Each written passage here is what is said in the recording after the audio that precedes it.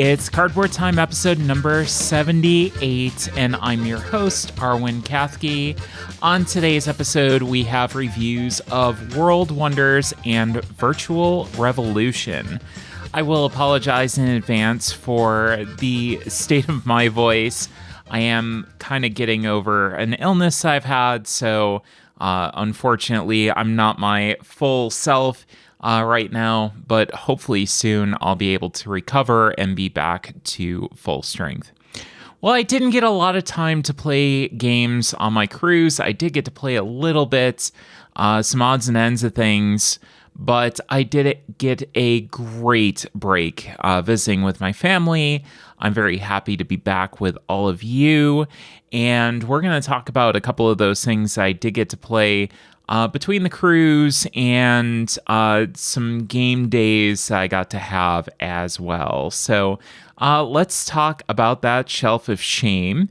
It is at 151. That is down by 3. So not quite the 150 that I was hoping for, but I did get a couple of games in that I wasn't able to fit in, right before the Christmas break. So that kind of beat my 150 hopes into the ground, unfortunately. So, two new games that came in.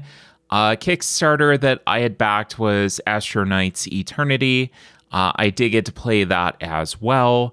And then a wonderful gift from my girlfriend was Lacrimosa. And this is a game that I had picked up and kind of put back down a couple of times just because of the price and, the fact that it is a little bit more difficult to get to the table. However, I do love the theme.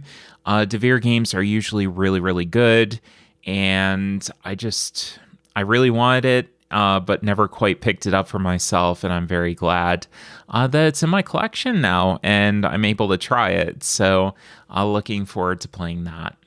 As far as on the played side of things, like I said, Astro Knights Eternity, I did get to play through the first scenario of that. I won't be covering that on the channel for personal reasons that I won't get into on here, but if you jump over to the Discord, I can certainly discuss what those are. Delicious is another game that I got to play, and I was very excited for this. This was a little flip and right and draw and right game kind of combo. Very interesting. I would like to talk about this once I do get to play it with some other players, but I did get to play it solo and I did enjoy it. Kanban EV. Now, I did get to play this one yesterday with my friend Jordan.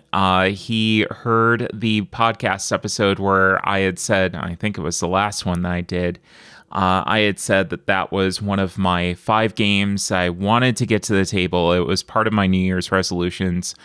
Well, it is the 16th of January, and one of those resolutions has already come to pass. So good on the track record for right now, but we'll see how the rest of the year goes. Did thoroughly enjoy it. It is a very heavy game. However, the little things that you're doing are very easy to kind of keep track of. You have like 5 or 6 little tiny mini games and a couple of tracks that you have to basically take care of, and then kind of balancing that out. It's really satisfying, but at the same time, it's not like heavy as far as a rules uptake. It's just a lot to kind of put together and try to figure out what actions you need to take to do this or that or the other thing. And I was very surprised at the scores at the end of the game as well, being as close as they were. Really, really enjoyed that. And I do plan on talking about that at a later date and doing a full review. Virtual Revolution, this is a game that we also got to play yesterday, and thankfully we did, because that was one of my review copies I do need to talk about. So I will be sharing that with you today, as well as World Wonders by Arcane Wonders, and I will be talking about that in just a minute. There is a game design kind of conference in Cincinnati at the beginning of February. And if you are in the area, I can provide you with some details. Just email me. My email's at the end of the show, or look on our social media. We will have a little bit more detail on that. Just get a hold of me and I can provide you some details with that. I will be there and I will be providing some coverage of that as well. Looking forward to that. So let's get into our first game of the day, and that's going to be World Wonders. It plays from 1 to 5 players in 50 to 70 minutes. The designer is Zé Mendes. The art is Odysseus Stamglau and Tom Ventura, and it is published by Arcane Wonders. In World Wonders, you take on the role of the great leaders of the past to build your own ancient city. Each player will use their gold each round to build tiles that will increase their city's economy. A city that produces more food and generates commerce brings more population. Make your city grow. There are 5 different types of buildings, and each of them provides a type of resource that will make your city evolve from a simple settlement to the largest city in the world. To place new buildings to your city, you will also need a lot of roads. As important as the buildings are its monuments and its wonders tokens.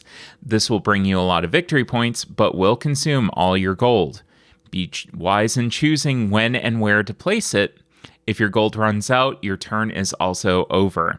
Once all players have spent their gold, a new round will begin and new buildings and roads will be available to everyone. In the end, as soon as a player reaches a maximum population limit, the leader of the best city in the ancient world will be the winner of World Wonders. So this was a review copy. And again, thanks to Arcane Wonders for providing it. This game has some awesome production value, especially in the 3D wonder pieces. They create a great visual appeal. This is a lovely game to look at. Once you're done, you kind of see your city, and all of these wonders are in 3D and they're kind of popping up above your city so you can see them very clearly. It really is a cool game to look at once you're done with it, and even during the middle of it when you're constructing everything. It's a really, really cool little player area to kind of take a look at. This did have more player interaction than I thought for something that kind of is almost a solitaire game in nature. So you are building your own city. However, everybody does go off of a shared market. And once those pieces are gone, somebody takes them. You basically have to wait until the end of the round for, another piece of that shape to resurface.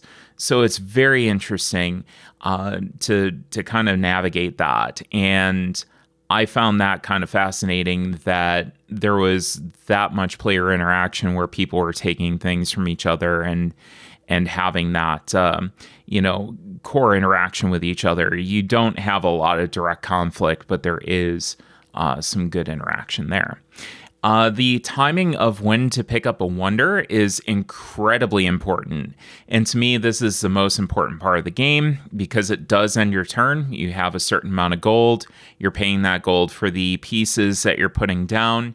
And then each wonder has its own little requirement that once you have that, you can pick it up, but it takes all your gold, whether you have like 7 gold remaining or whether you have 1 gold remaining, it takes everything. So kind of knowing when to pick that up, how important that wonder is to you, how it fits into your plans, that was really interesting.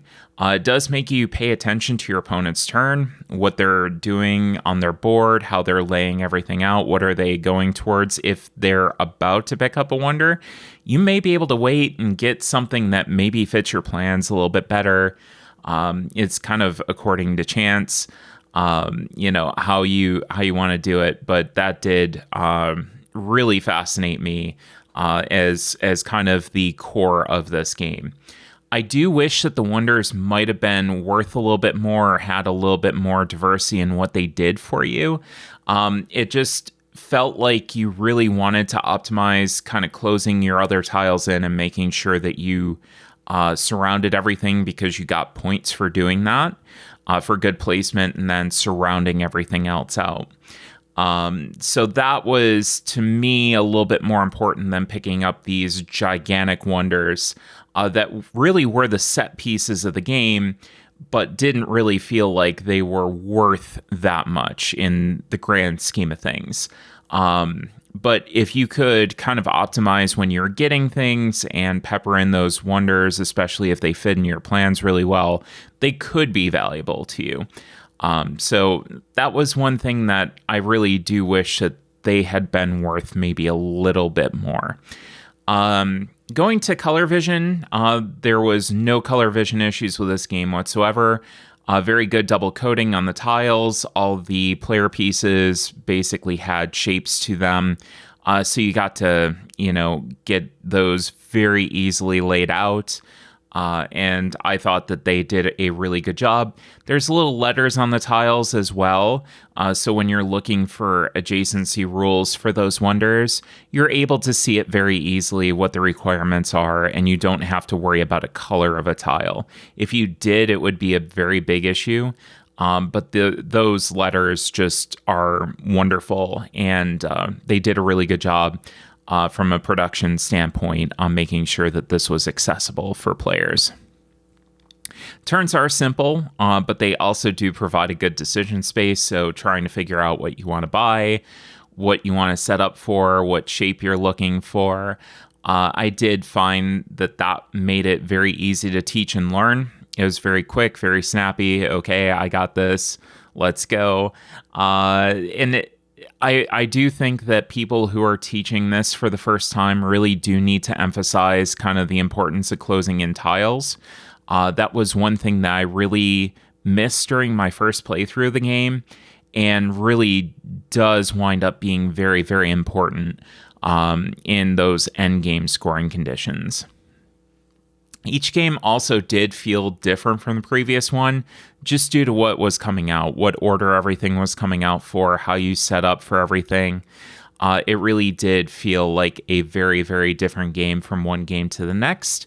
But I am looking forward to having some different wonders as well. I do feel like you'll see a lot of the same wonders come up time after time after time.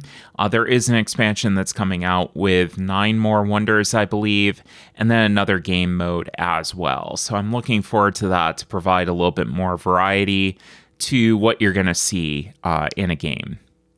This game was also extremely easy to manage solo.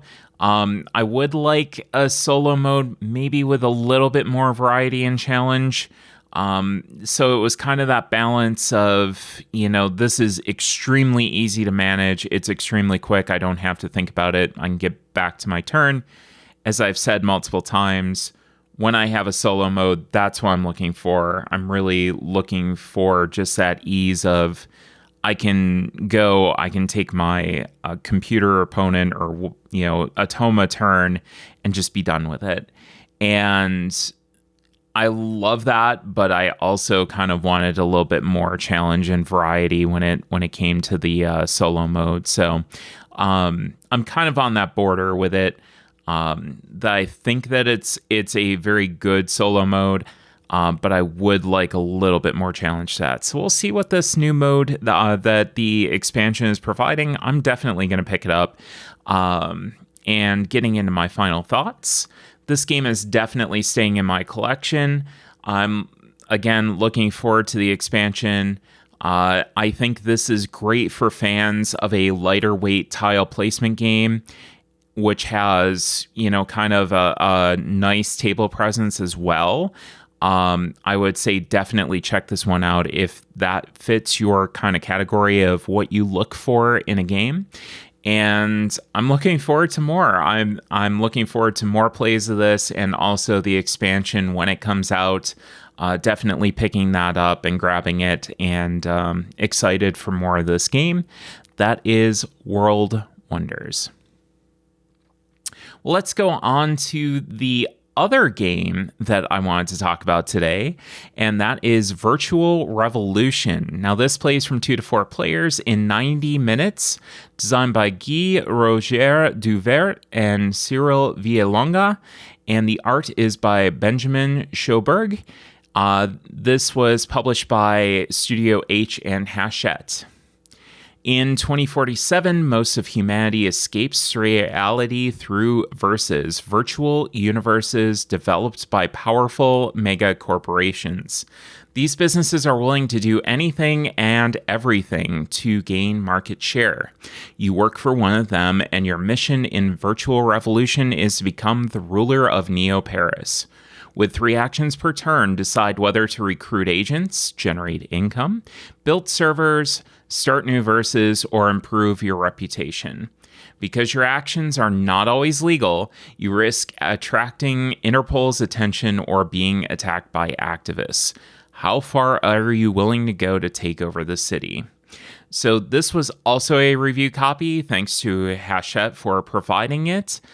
This game is area majority at its core with some engine building mixed in as well. I thought that was very interesting, and what really attracted me to this game, just kind of seeing the combination of those two and how they interplayed with each other was very interesting, and I will talk about that in a minute. The action economy in this game is incredibly tight. So you only have 3 actions per round unless you find a way to get a bonus action, which some of your agents will provide you if you do the right things.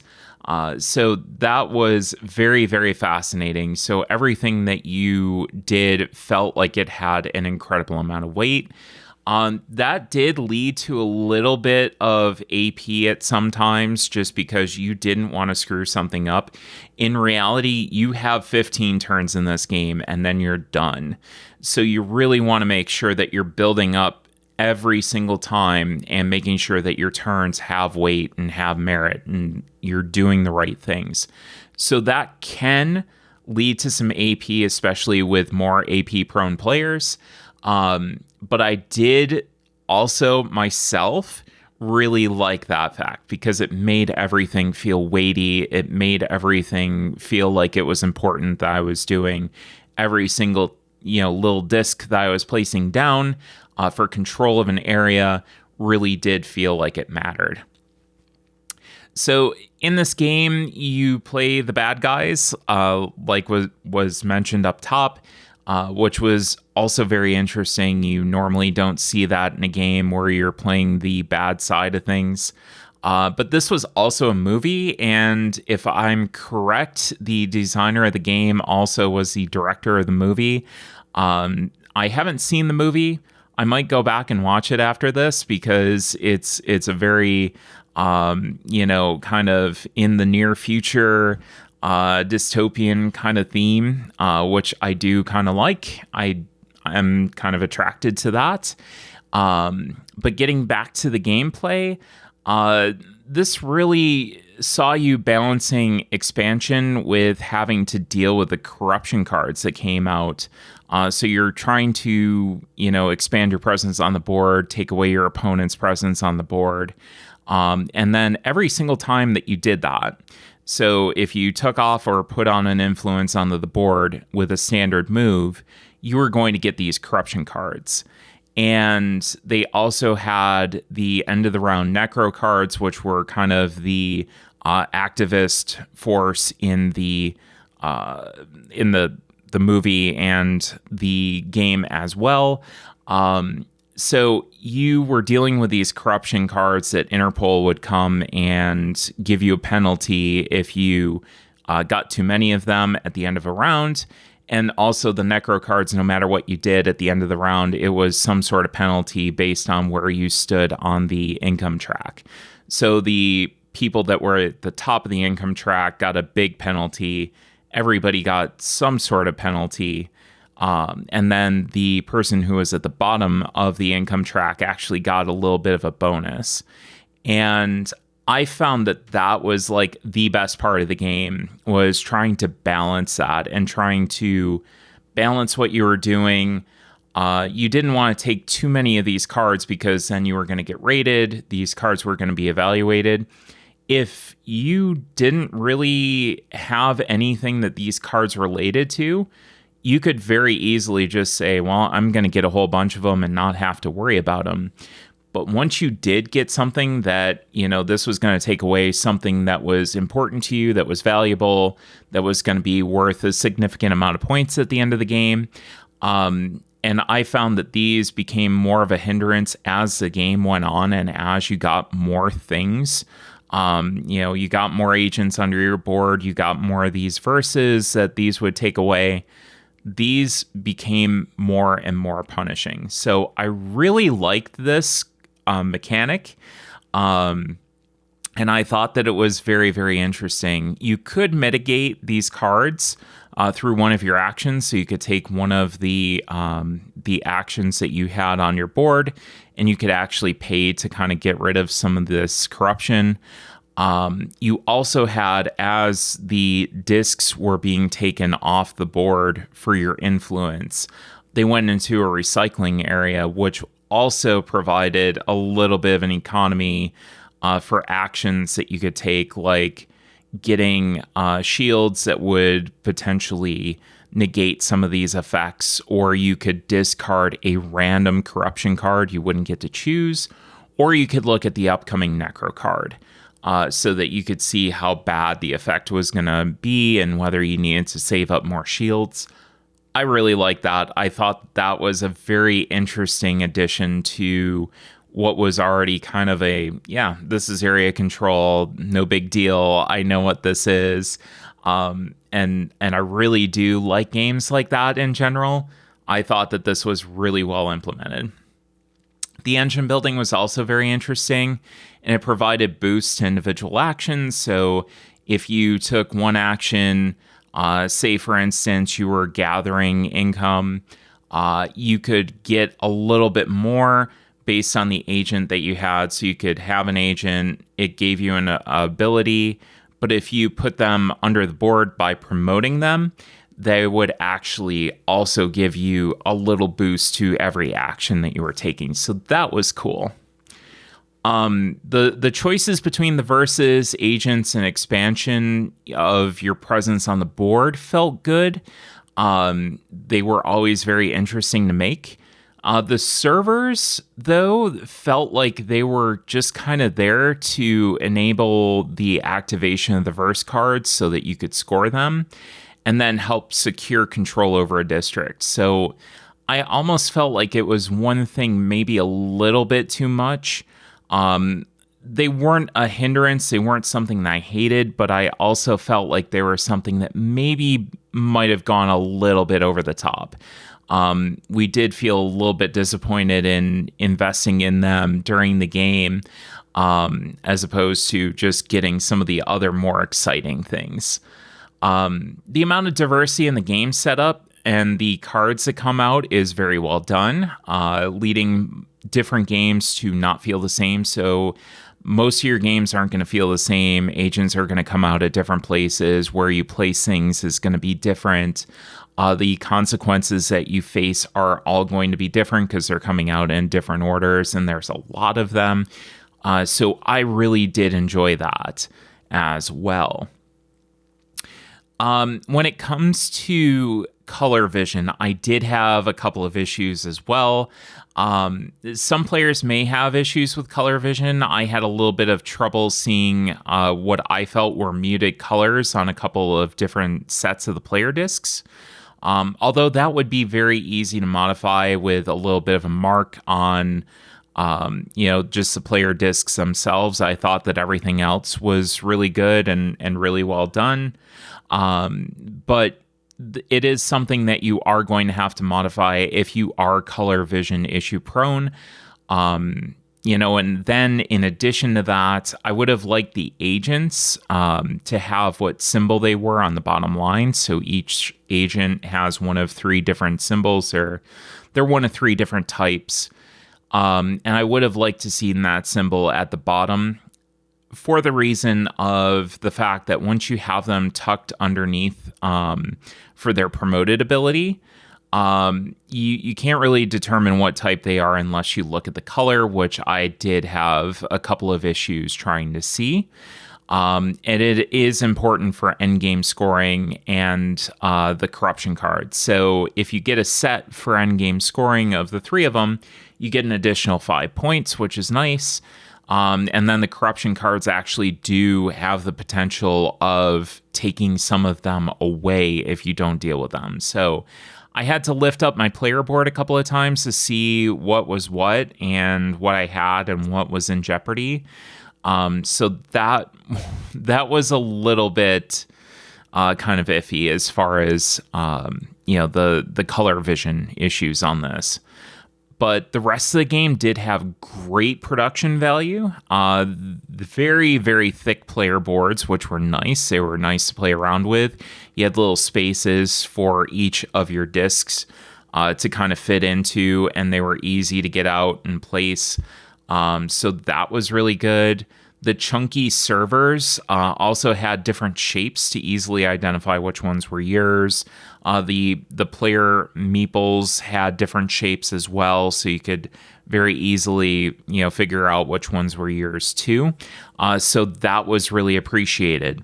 Having those different shapes and having everything very easily labeled so that you could see what was yours, what wasn't yours, and it made cleanup very, very easy at the end of the round. That said, I wouldn't think to pick this game up based on its cover or its back. It does feel very generic. It's that generic, like, sci-fi dystopian kind of theme. It doesn't really play into what's inside the box. And I really wouldn't pick this game up normally just kind of looking at it.